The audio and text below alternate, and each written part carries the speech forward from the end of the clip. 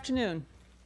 It's a great honor for us to welcome Mr. Jack Valenti to Duke Law School today for the third annual Meredith and Kip Frey Lecture in Intellectual Property. This annual lecture series was established by Meredith and Kip to bring top academics and leading figures in the field of intellectual property to Duke Law School to stimulate debate on real-world intellectual property topics of great importance. As you know, intellectual property is a strategic priority for us here at Duke Law School. We have attracted some of the best scholars in intellectual property in the country, both full-time faculty members and adjunct professors who form an intellectual cluster which few schools can begin to match in terms of creativity, visibility, and importance in the field. This is a place with not only outstanding faculty, but outstanding students who have found lots of ways to add to the distinction of Duke Law School in intellectual property through participating in legal briefs, putting on special conferences, and other activities. I want to mention one of these activities today, I guess it's the second annual Hot Topics Conference coming up on March 21st will feature some of the country's leading judges and practitioners discussing the latest issues in copyright and patent law. The Frey Lecture Series has attracted Larry Lessig from Stanford Law School and last year Yochai Benkler from NYU Law School. And you can tell from this spread of individuals that the idea of this lecture series is not to shy away from controversial topics, but to generate open debate about them. This year is no exception, and I very much look forward to hearing speak today the most prominent spokesman for the movie industry. I've asked Professor David Lange, one of the most well-known intellectual property scholars in the country, to introduce Mr. Valenti. Professor Lange.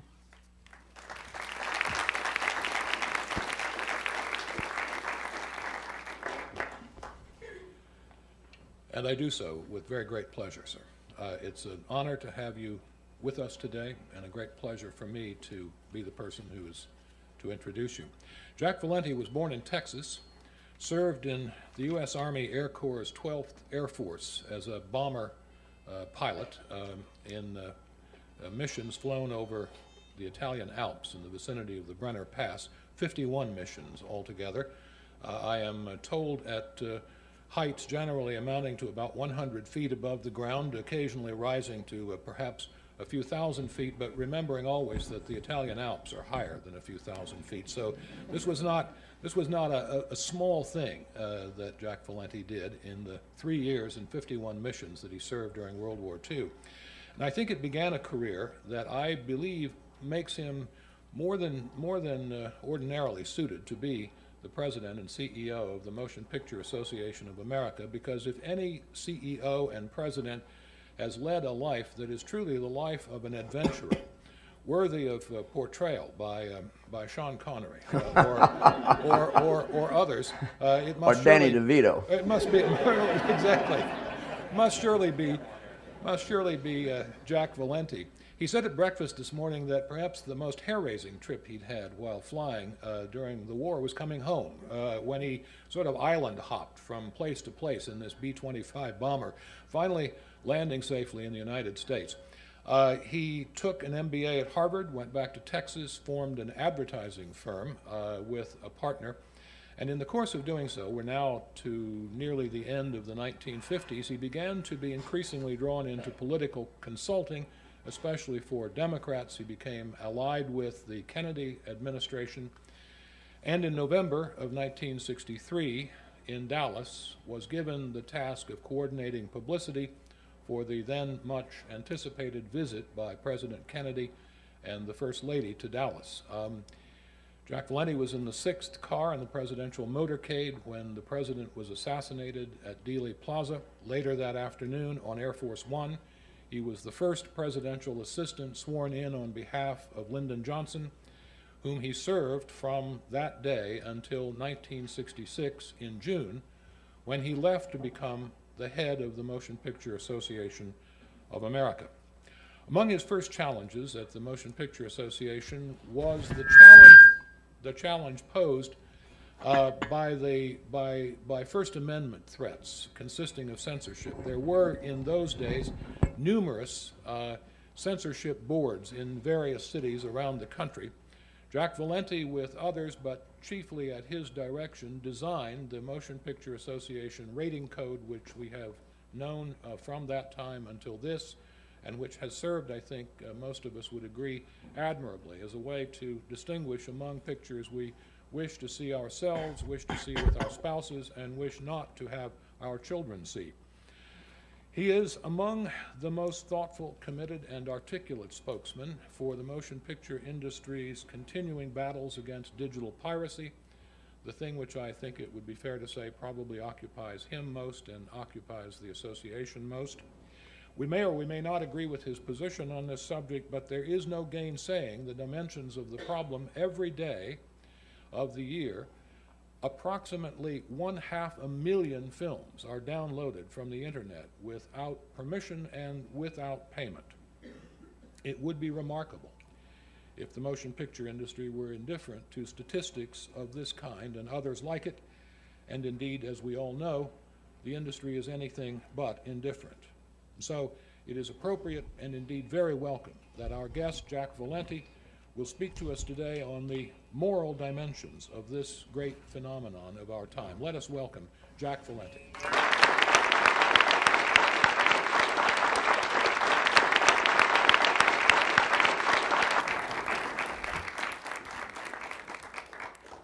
Thank you very much, David, for that introduction.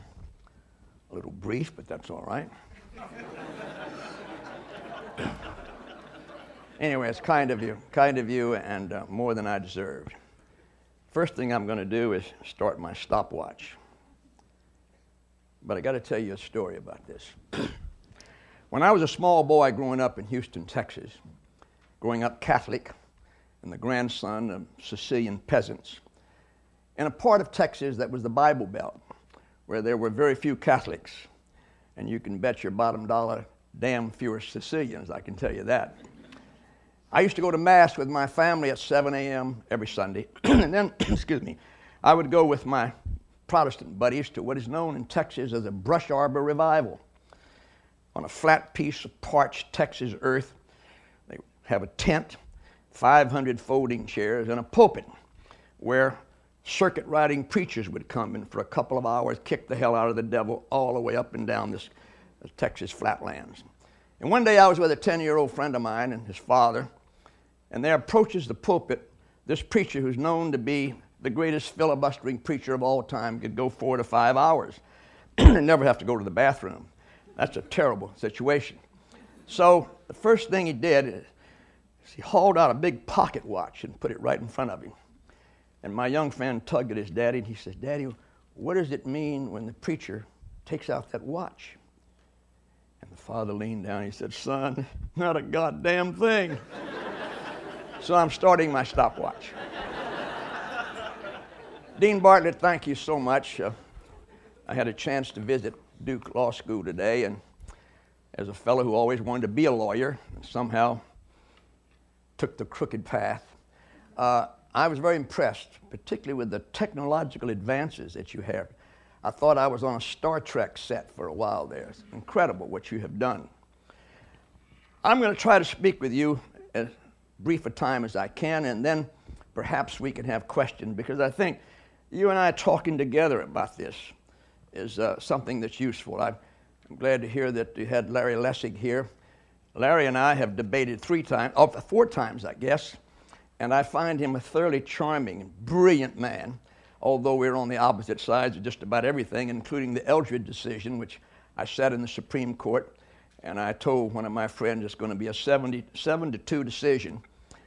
Unfortunately, I didn't pick the right justice. I got Breyer right, but I didn't get the other one right.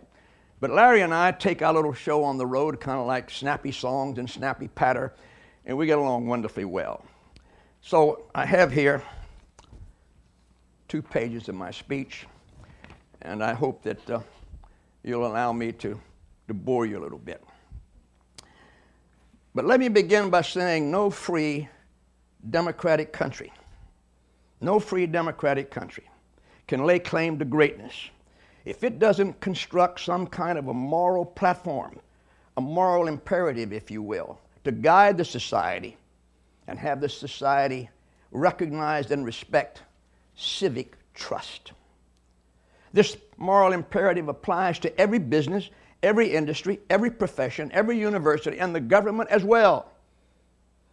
It is defined by what William Faulkner called the old verities, words that really illuminate what a free and loving land is all about. Words like duty, honor, service, integrity, pity, pride, compassion, sacrifice. Now, if you regard these words casually, if you find them uncool, or if you treat them as mere playthings that only the rubes and the rabble and the unsophisticated and the unlearned observe and honor, then I'll tell you, my friends, you and I will witness the slow undoing of the great secret of America, without any question.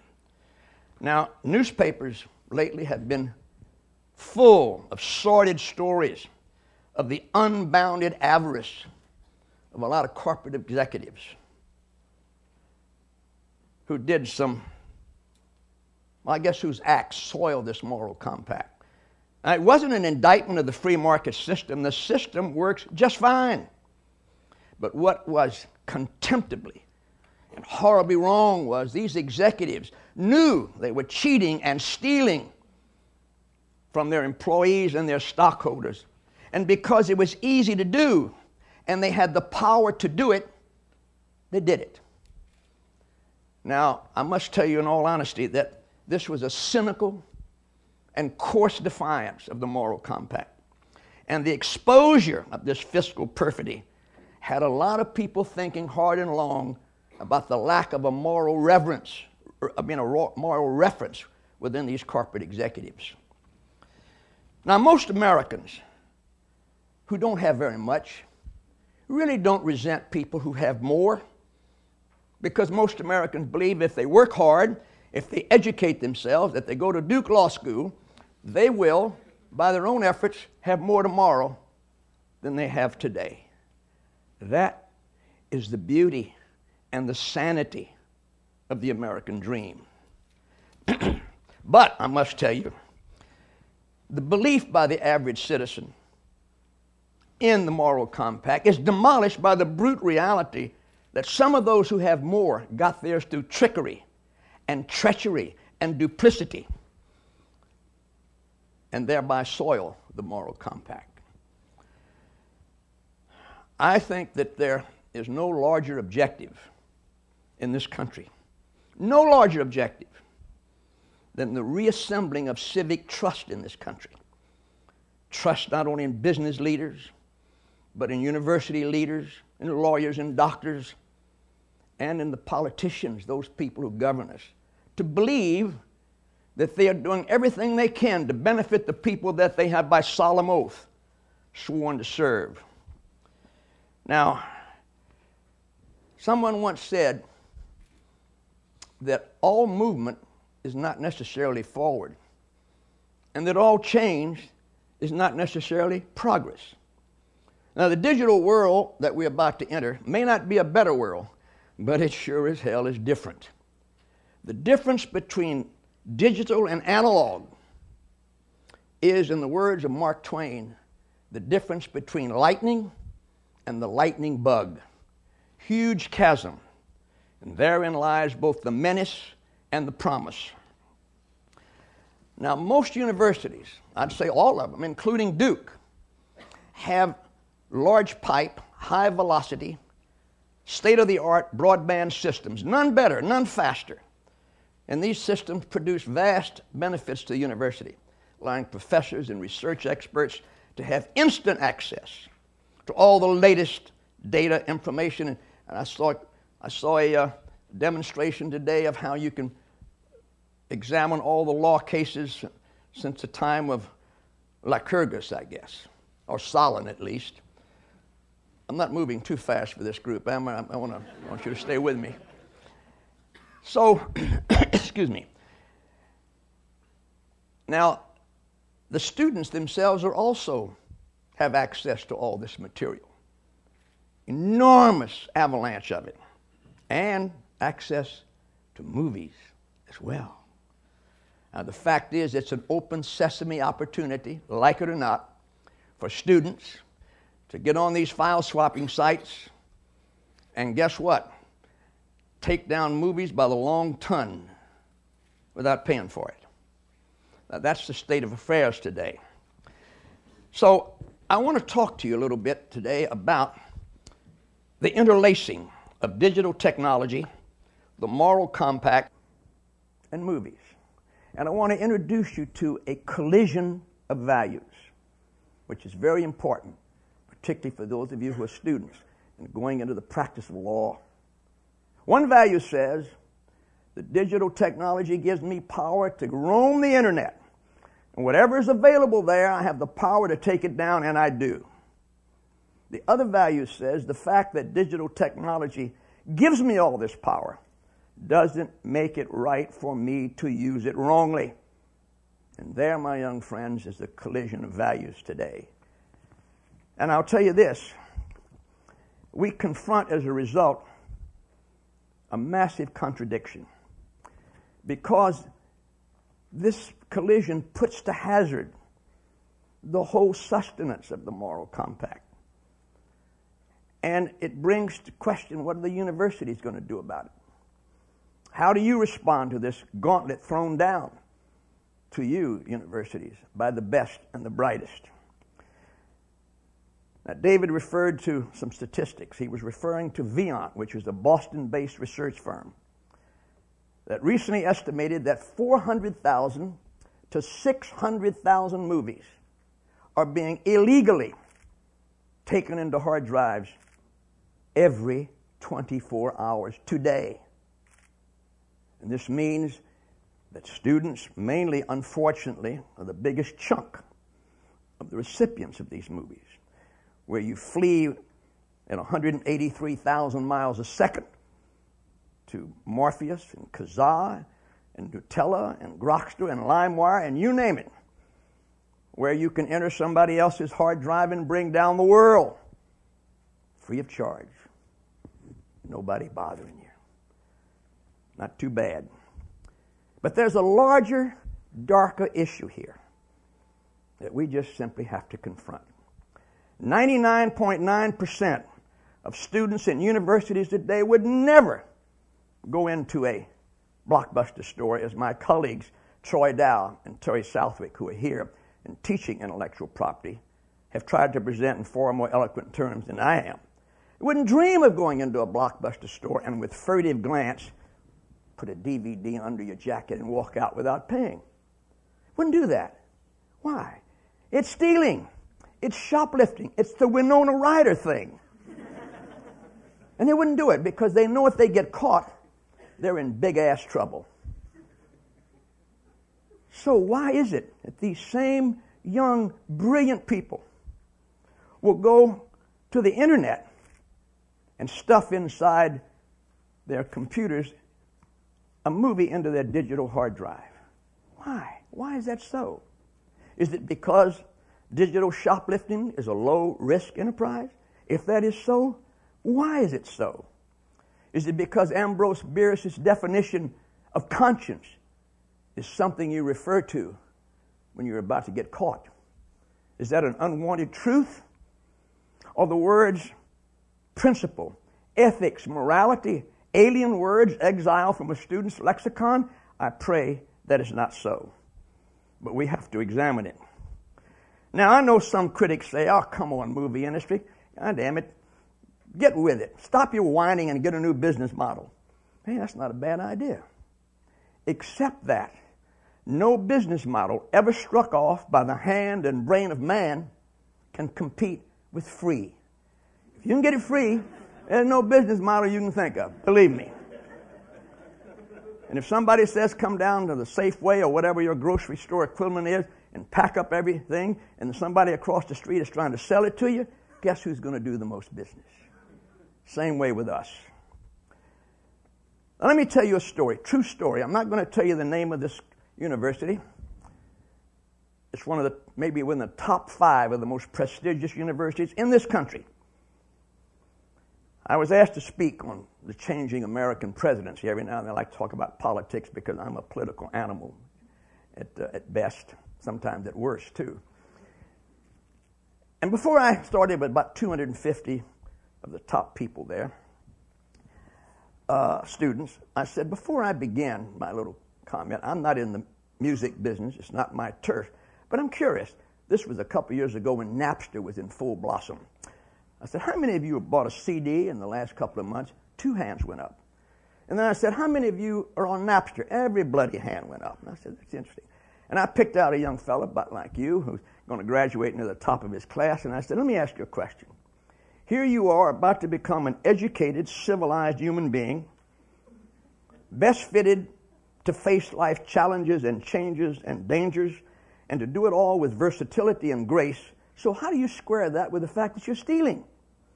Well, he was pretty crestfallen at first. Then his face brightened. He said, well, I guess it is a kind of stealing. But heck, everybody else is doing it, and besides, music costs too much. And I thought, as I smiled, I thought to myself, and for this course in moral ethics, parents are spending a bloody fortune in tuition. I know I'm going too fast for you now. I don't think the university can stand aloof from this progression. The university is the guardian of purpose for young people who come to its undergraduate and its graduate levels. And the university set the final design, not only for your intellectual expansion, but for the morality in which you're going to invest in all the work that you do. Can't stand aloof from that. I'm pleased to report that right now the movie industry is meeting with a committee representing universities and colleges. I spoke with Dean Bartlett about that today. The top people, Rick Levin, president of Yale, Charles Phelps, chancellor of Rochester, Graham Spanier, the president of Penn State, and John Hennessy, the president of Stanford. We're trying to work together to see if the universities, not me, not the movie people, but the universities can construct a code of conduct. Like our universities have the honor system. A code of conduct that would guide the activities of students in this new internet world of zeros and ones. With everything within the confines and the authority of the university, not us. If we come to the university with explicit evidence of copyright infringement, we turn it over to the university. And they do whatever they want to with it. But there has to be. You can't live in this world without some kind of a code of conduct. That's what a moral compact is all about. And the societies that are extinguished in history are those that played fast and loose with the moral covenant. I don't want to sign pious. I don't want to sign sound idealistic.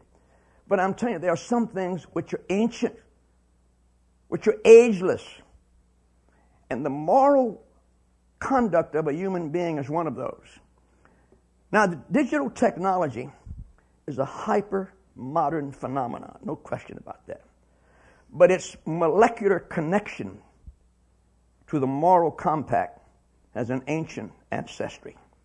Many, many years ago, if you haven't read this British philosopher, you ought to, writes readable prose, marvelous insights. William Hazlitt once wrote that man is the only animal who both laughs and weeps, because man is the only animal who understands the difference between the way things are and the way they ought to be. God, that encompasses all the strands that bind together every society. And so I think the digital world has the capacity to unlock such information, such facts, such knowledge that previously had behind doors partially open or closed to all but a few. What is yet to be put in place is a clear understanding on the part of everybody that while you have this immense new digital power, you never had it before, you do not use it to injure others. Now, I'm absolutely fascinated with what I'm saying up here right now, but I'm going to stop at this point, which is about 17 minutes after I began. and ask you if it's possible that we can join in colloquy. Is that a good word? And I want to hear from you. I want to discuss this issue. I feel very passionately about it. I try to instill it in my own young children. Well, not so young now. And young people I work with. One day, most of you will be in command positions in some enterprise. Maybe it's a law firm, maybe it's a business. And you're going to find younger people doing dark things that you don't think is right, taking that which does not belong to you. How will you confront that? Because guess what? It'll be on your dime. So, can we do that? Is that possible? Who wants to be the first olive out of the bottle? Do we have a microphone? Can you go back and use this mic? I can hear you, but I want everybody else to hear you. Well, maybe I won't hear you. I don't know. Maybe I won't want to hear you.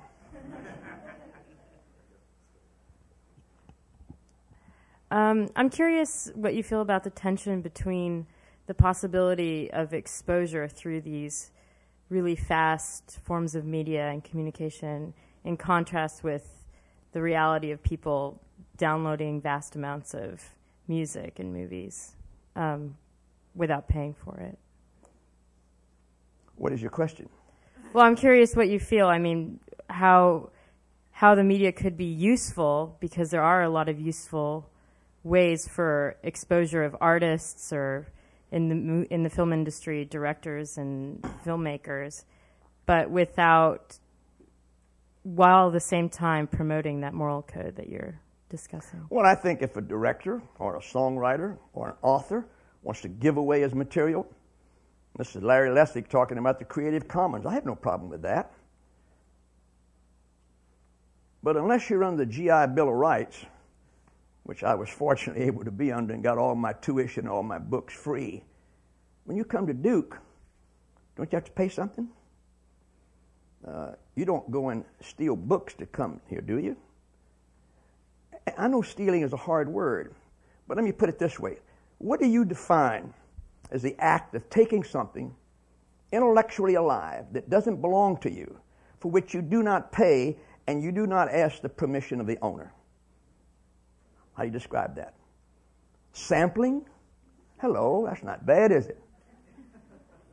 But if I don't choose for you to sample it, people work years on getting a movie out. You can go see $100 million movie for about $5, $6, $7 at a theater. You can go into a Blockbuster store and buy a DVD that lasts forever for under $15. You can rent it for $1 or $2. It's the biggest bargain on earth. When you buy a Mercedes or a Volvo, every time you buy that car, there's a profit in that car. Otherwise, those birds wouldn't be in business very long. But a $100 million movie has got to go through a tremendous number of marketing venues. 2 out of 10 pictures never get their money back from theatrical exhibition. They have to go to Blockbuster and Showtime and cable and television international. 4 out of 10 pictures never get their money back. The average cost in 2001 to make and market an average major studio film was $80 million. Now, I don't know about you, but I count that to be serious money.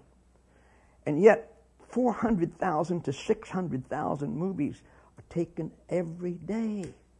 How long can that last?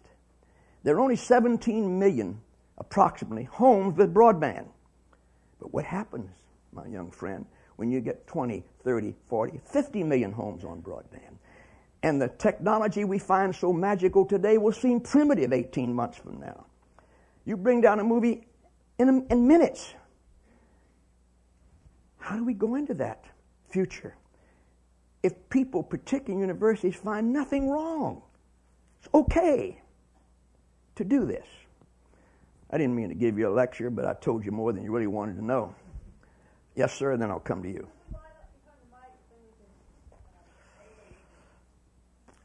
I almost fear the answer. I'm going to ask a question. You're going to give me the answer. God, that's wonderful. No. I fear the answer. I don't. I won't give it. When we're talking about stealing, this is it's an unusual world because it's not it's as though one could walk into Blockbuster, stick the tapes under their jacket, leave, and the tapes stay there. And it's a world where people seem intuitively to not see this activity as stealing. It's very different than anything that's gone on before. A movie can be downloaded and the movie's still there. So as a morality, it's a new morality. And people seem to be forming a morality that's different than the morality you're talking about. And I'm just wondering how we take into account this kind of stealing where nothing is physically gone, only ideas. And we don't tend to think about stealing ideas. But it's not an idea. It's something that has been completed. It cost $100 million to take that idea, which is a script. Then you populate it with directors, producers, and actors, and grips, and everybody. It's $100 million. The fact that it is intellectual makes it no less valuable than a table that you make or a car that you manufacture. I don't think it's a new morality at all. Morality is as old as recorded history. We still live by this ancient, when Charlton Heston brought it down, for God's sake, the Ten Commandments. We still live by that. In 1787, when these 55 guys got together in Philadelphia, they were doing something that was new, but they based it on ageless, changeless ideas and ideals, basing it on writings of Montesquieu and all of those who lived 100 years before them. There are no new morality. There are probably new applications of the way that, but morality is morality. It is there. It is unchanging. And when you take something that doesn't belong to you, in whatever form that it's in, I don't know how you define it. I tried to figure out some synonym for stealing, and I came up with internet abuse. But it's a synonym. So that's my answer I give you. Now, I know my colleagues Terry Southwick and Troy Dow meet with some young people in intellectual property, and it's very difficult for young people to make this absorption, to understand that what they're doing is wrong. Now, if this is the new society, if 10-year-olds and 11-year-olds grow up believing it's not wrong to do that, it's a short step to something else. I'm not being a kind of a lamentable Cassandra here, but have to think about that. Yes, sir. Well, I'd like to step back for a moment from examining the moral deterioration of society and admit for the moment that everyone in this room probably believes that stealing is criminal, theft of intellectual property is theft, and it's not only immoral but illegal. Now, there's an aspect of copyright law called fair use. Fair use is that use which promotes additional creativity and it is a new, provides new content based on, to some degree, on previously copyrighted material. Now, you've discussed the moral imperative, and it's important that there is a moral compact with today's society and with future generations. One of your largest member corporations, the Disney Corporation, has produced content based on many occasions on older stories developed by previous generations, some in the public domain and some not. They've appropriated these older stories and produced them and reproduced them as their own.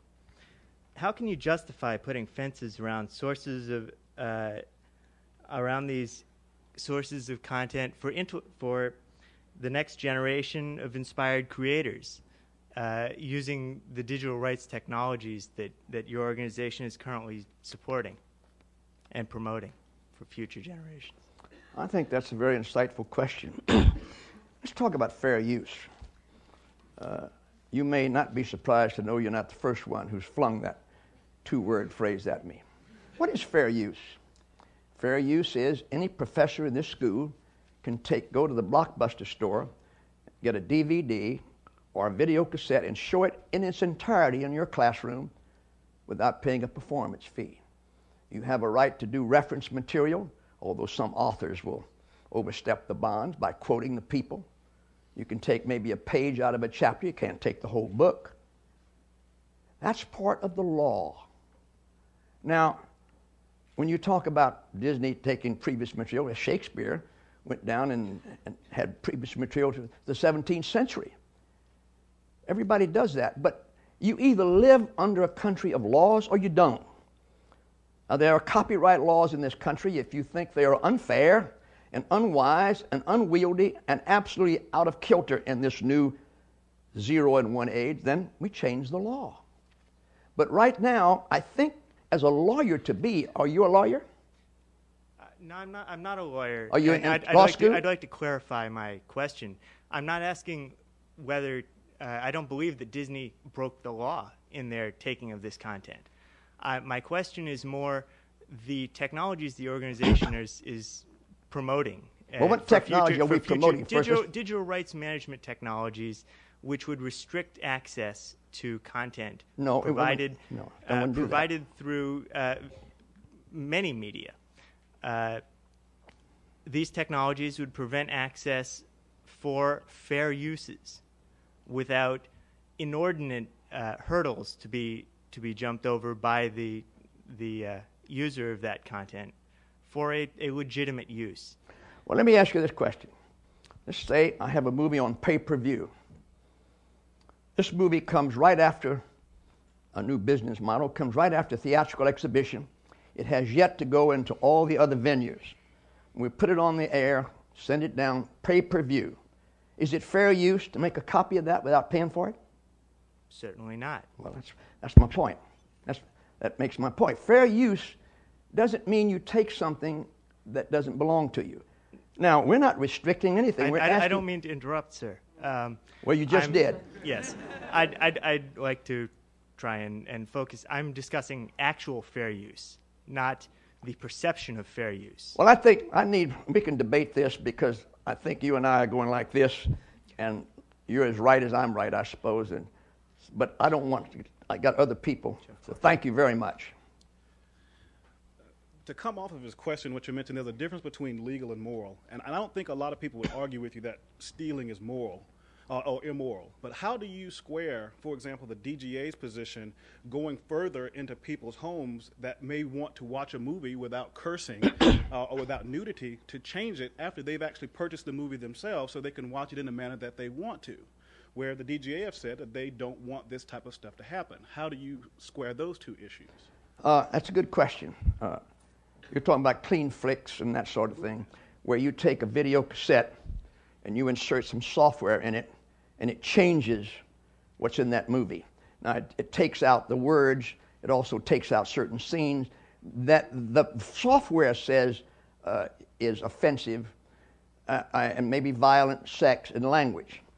Now, the DGA takes the position that when a director makes film, and this is the prevailing judgment in Europe today, where they so-called moral rights, where the director, whatever he does is sacrosanct. And the DGA says it's wrong for somebody to change the movie that I've made without consulting with me. Now keep in mind that the major studios, when they prepare a film for airline, the airline version is edited by the director. And he then edits it for airline, so that you take out language, you omit certain sensuality scenes and certain violence. But it's done by the director and the copyright owner together. But to have somebody else take something that somebody has spent years working on. Now, I've seen some of these movies, as you might suspect. I've looked at them with the software. Do you realize that in Saving Private Ryan, they took out about 12 minutes of the opening scene? To me, that's sacrilege. I think Saving Private Ryan is a movie that every mother and every boy over the age of 13 ought to see. It shows the brutality and the inhumanity of war, and these people took it out. That's not what Steven Spielberg wanted to say. So I have to say on that score, I stand with the DGA. But does that not cross a line in the home to where a person has a right to determine what's offensive and what's not offensive, and what they should, particularly if they have purchased the right to do that and not distributing to anyone else, but purchased the right for themselves to do it? They purchased the right to see that movie in the form the director made it. They didn't give it the right to change it. There's no right there to change it. Now, you have an alternative. Every movie is not made for children. I've said that over and over again. You have the greatest right in the world, and that is you want exile the movie from your home. That's the best advice I can give. Yes, sir. First off, thanks for coming here today. It's always good to see another Sicilian actually making progress in society.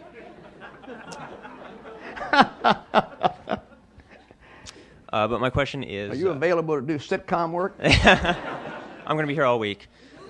My question is that you said a few minutes ago that DVDs and digital material last forever, and that we don't need to worry about a lot of the degradation problems that we had with VHS. Well, actually, for Valentine's Day, I got my wife a multi-disc DVD set. I got her the first season of Friends. And unfortunately, one of our neighbor's children visited and decided to use the second disc as a plate for some Play-Doh cookies that she was making. So that disc is gone. And I hunted around, but I couldn't find any software that would allow me to actually make a backup copy of these. So when I go out and I have to buy a whole replacement of this whole set just for the second disc, I don't know if I'm going to be able to make a backup copy of it, just because a lot of the things that I've seen have said that they're going to run afoul of legal problems. So I'm just asking you, do you think it should be legal for me to take a movie that I've purchased and make a backup copy of it, even if that requires me to get around some copyright protection, just because it's not offered in either way? Yeah. Let me ask you this way. You go to the department store and you buy 6 cocktail glasses. You come home with them, and your child breaks them. Do you go back to the department store and say, I want some backup copies of this? The answer is you don't. On the other hand, if you go to any place, you get some stationery that you've had printed, and it gets wet. You go to the stationery and say, I'm sorry, I need a backup for this. They look at you as if you've taken leave of your senses. The answer is you've got a great way to get a backup. Go purchase it from Blockbuster. Just like you'd purchase some more glasses. Just like you'd get some new stationery. You see, there is this view which distorts. It takes intellectual property and makes it different from glasses. But it's not different. It is property. It belongs to somebody. Spent millions of dollars to produce it, and they haven't made a profit on it yet, and then you want a backup copy. I mean, forgive me if I seem a little surprised at this, though I'm not, because you're not the first one to say that either. But does that parallel seem compatible with you or not? Well, my point is that, so for example, with the stationery, if it was incredibly important, I could always go over to a Xerox machine and make a backup copy, like if it was a wet business stationery? contract. No, I could take the original before it was damaged and just kind of as a precautionary measure. How about the glasses? Well, if I was very fanatical, I guess I could always and try and mold way, one myself. If you take some engraved stationery and you Xeroxed it, the value of that is quite deteriorated. It's not the engraved stationery. But you and I don't. The fact is, no, you cannot make a backup copy of a DVD. If for nothing else, you're breaking the law. The Digital Millennium Copyright Act says you can't circumvent the encryption, and that's the only way you'd make a backup copy. So you feel that the law... I beg your pardon? So just to clarify, you feel that the law should stand that any sort of circumvention is circumvention, and that... Mm-hmm. Okay. Thank you. Thank you. Should a library be able to make a copy for a backup? No. Do they make a backup copy of a book? The answer is no. They buy another book. Do they make a copy of a magazine that's in a library? No. They buy another magazine. I beg your pardon? What's out of print? If the book is out of print, where do they find it? They have to go to Amazon.com, the way I do, for God's sakes, and find an out-of-print copy, which I've done several times. But nobody gave it to me. Libraries, every book you see in a library has been bought. The libraries will stack DVDs for you to rent, but they buy them. They don't make copies of them. Excuse me. Go ahead. before I start my question, I'd like to say that I'm also a big fan of the free market and a big proponent of self-regulating schemes like the MPAA's own rating system and what you're proposing now with the universities. But I'd like to, you talked about the liberty of the free market and how well it's working currently, despite the problems we've been having with Enron and the others. Mr. Hazlitt also said that the love of liberty is the love of others and the love of power is the love of ourselves. How does that square with the MPAA's support of legislation that would seek to control every computer made or sold in America by requiring digital rights management in every processor, from a microwave to a supercomputer? Does that not seem to be an immense hubris for the MPAA to seek the power to limit the use of computers by every American? Tell you what I'll do, give you a free pass to every movie in America if you can cite me one bill before the Congress today that does that. Well, it's not before the Congress, but it's currently being drafted, the CBPTA. No, there is no legislation to do that right now. There is none in the 108th Congress, because any bill that was put in the 107th Congress is dead. You got to start all over again. There is no legislation sponsored by the MPA that does what you just said. Let me change. Can I change my question into previous sponsorship? Or potential future sponsorship? You're talking about the Hollings bill. Yes. Now, the Hollings bill is kind of like, it's a boogeyman. You know what the Hollings bill said? Are you aware of what it says? I thought I was, but I'm sure I'd like to hear it from your mouth, please. I'm sure you know, but I'm just going to refresh your memory.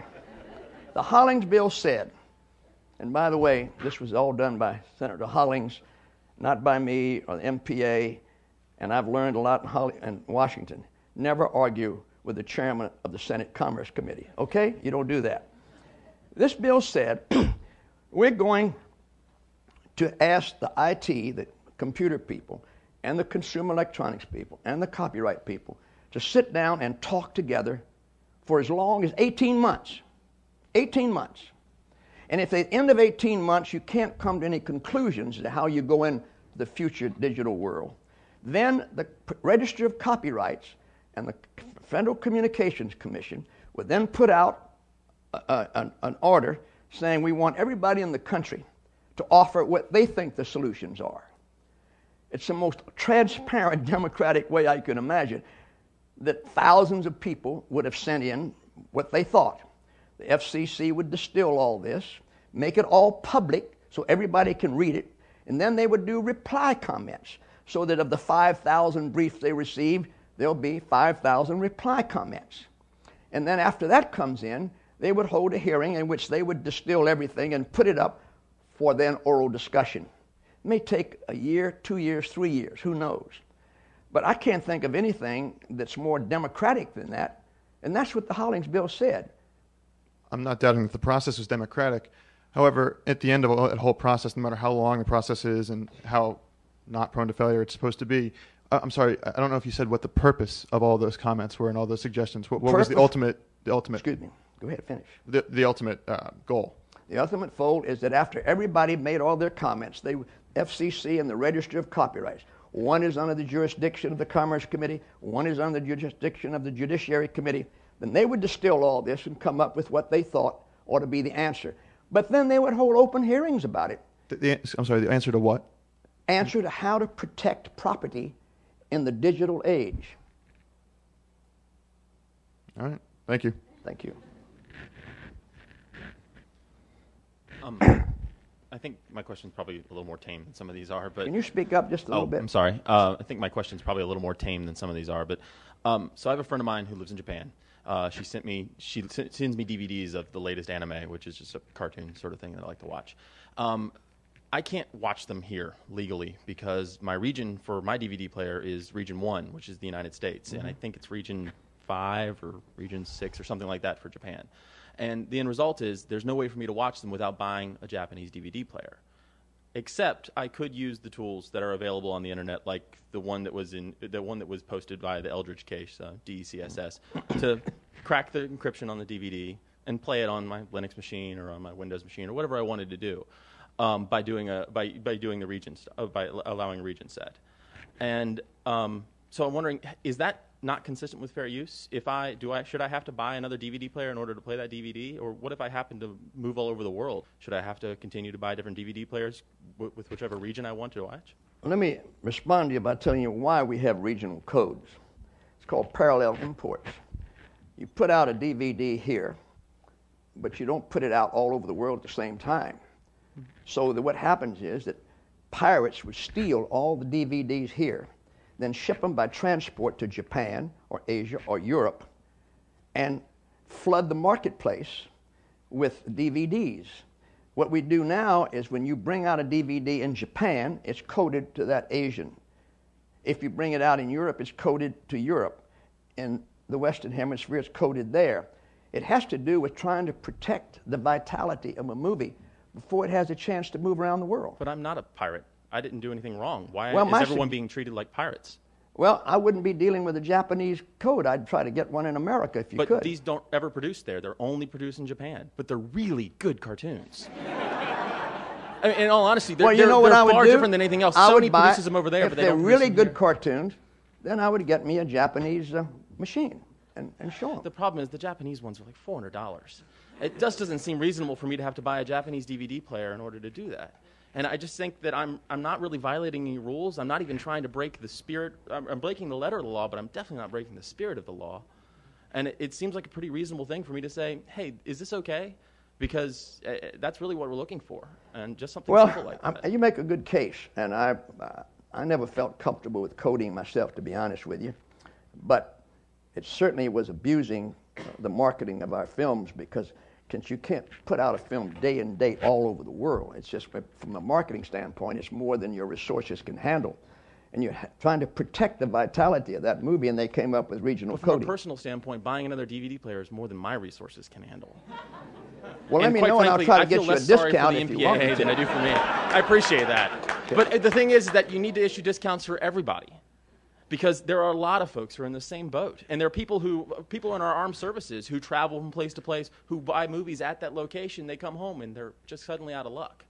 People who buy a DVD if they're stationed in Germany, maybe in Italy. No, your point's well taken. I'm not going to argue that point because that's an artificial barrier that's put up in order to save, as I said, the future of these films abroad. But it's an artificial barrier that y'all's organization and the corporations behind it put up. You have the power to take it down. Well, the reason why you put it up, though, and again, I don't want to sound like a broken record here, if you'll pardon a broken DVD, is that we lose $3.5 billion a year in analog piracy.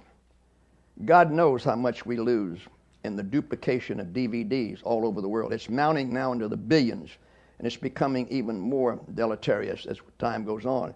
This was just a measure trying to protect the revenues.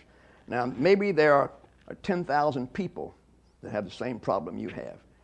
And you got to measure, this is Jerry Bentham used to say, the greatest good for the greatest number of people. Mm-hmm. And that's what we're operating on right now. But I thank you. Thank you. You said before that you had an opportunity to speak with Professor Lessig and that he's a brilliant man and he had a lot of views that run counter to yours. If you could step outside of your position with the MPAA and just look at the facts objectively, what would be the most persuasive facts on the other side, not in favor of the motion picture industry? I've been unable to find one. No, because Lessig is less radical than most people, I have to tell you. Lessig believes in what he calls the Creative Commons. And by the way, I did a little video congratulating him on the Creative Commons and sent it there. I sent him a note and I said, Larry, you can play this, but having me say something at your conference may destroy your reputation. At any rate, what he's saying is that there's a copyrighted symbol you put on something that you can't use without permission of the owner. But there's another symbol you put on it that you can use because the copyright owner says, I want everybody in the world to have this. I think that's eminently fair. No problem. If I want to let anybody in the world use my car for whatever reason, that's my business. I own the car. And I thought Larry's point on that was something to which I could subscribe. Thank you. Hello. I wanted to follow up on the question by your fellow Sicilian about the glasses, where you mentioned if you bought glasses at a store and they broke, you wouldn't expect the store to replace them. I kind of feel that that's an inadequate analogy to your business. I thought you might.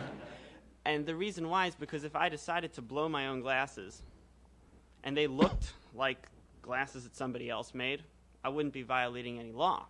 But what you've been saying this whole afternoon is that if I choose to download a film that you made without actually taking it away from you, without taking the physical DVD away from you, that not only is it wrong and it's stealing, but that it's also illegal. And the reason why it's illegal is because the product that you make is not a 25-cent piece of plastic in the shape of a circle, but it's a $100 million investment that you put into a movie.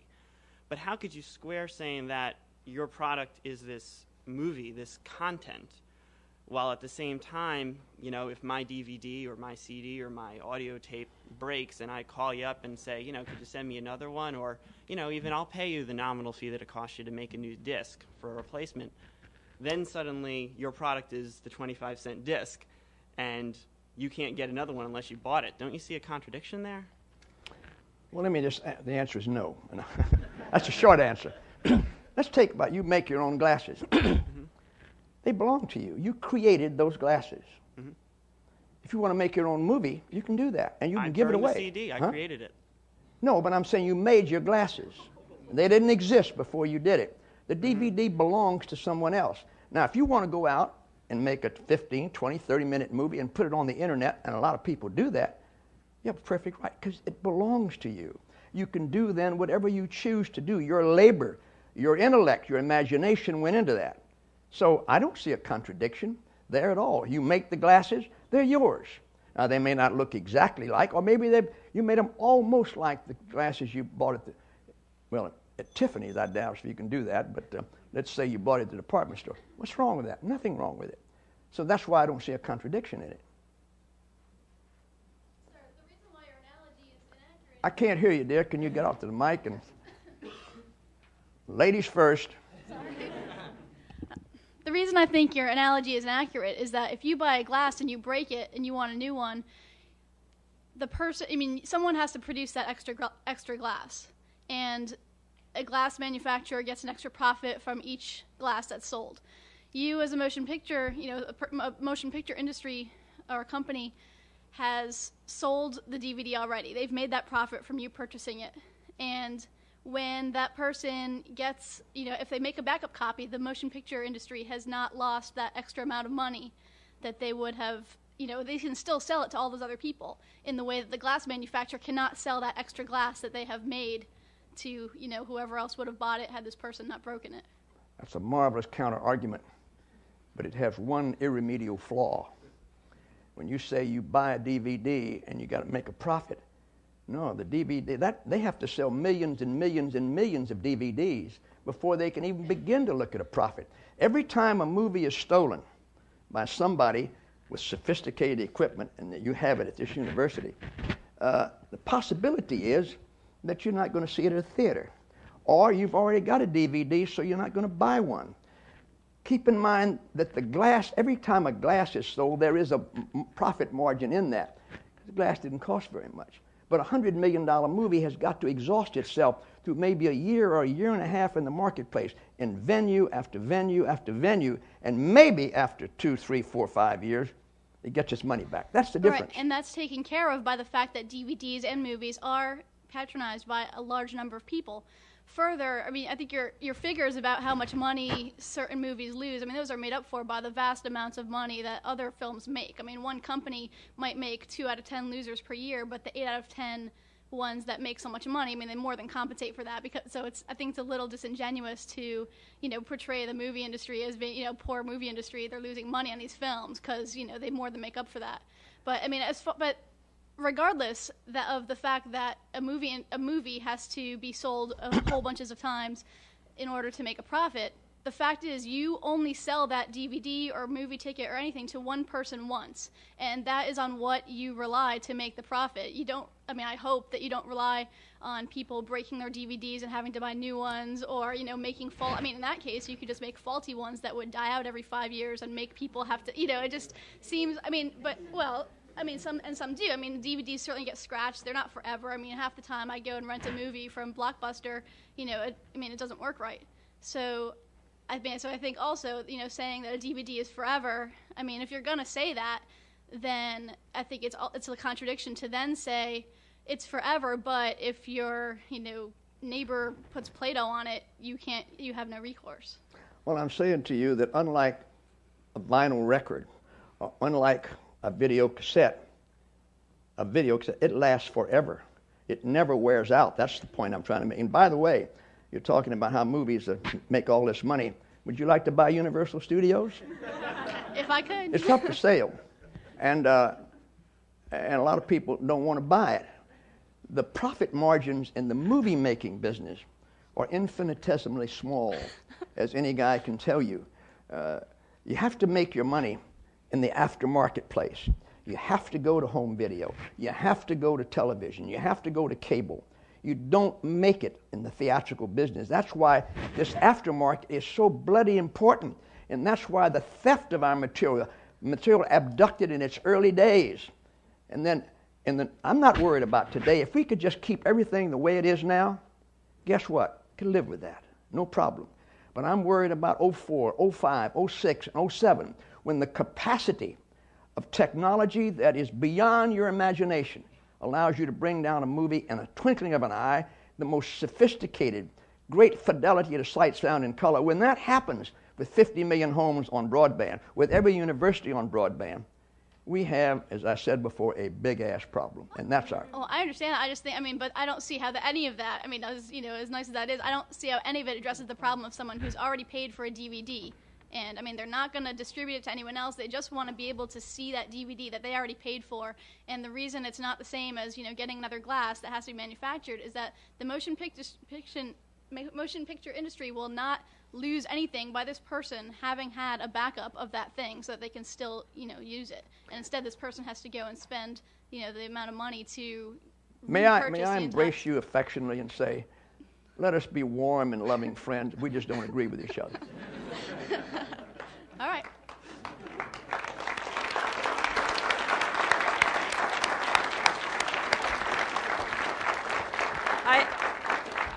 I hate to break this up, but we do need to wrap this up. I want to just give a few thank yous. First, for all of you who have come, we appreciate your attendance here. It's a great crowd, and I know there's students and folks from other departments and faculty here, and I appreciate everyone's coming. I want to thank Kip and Meredith Frey for sponsoring this lecture. This was certainly a big success, and of course to you, Mr. Valenti, for your very provocative and exquisitely delivered remarks and answers to questions. Thank you very much. And highly controversial.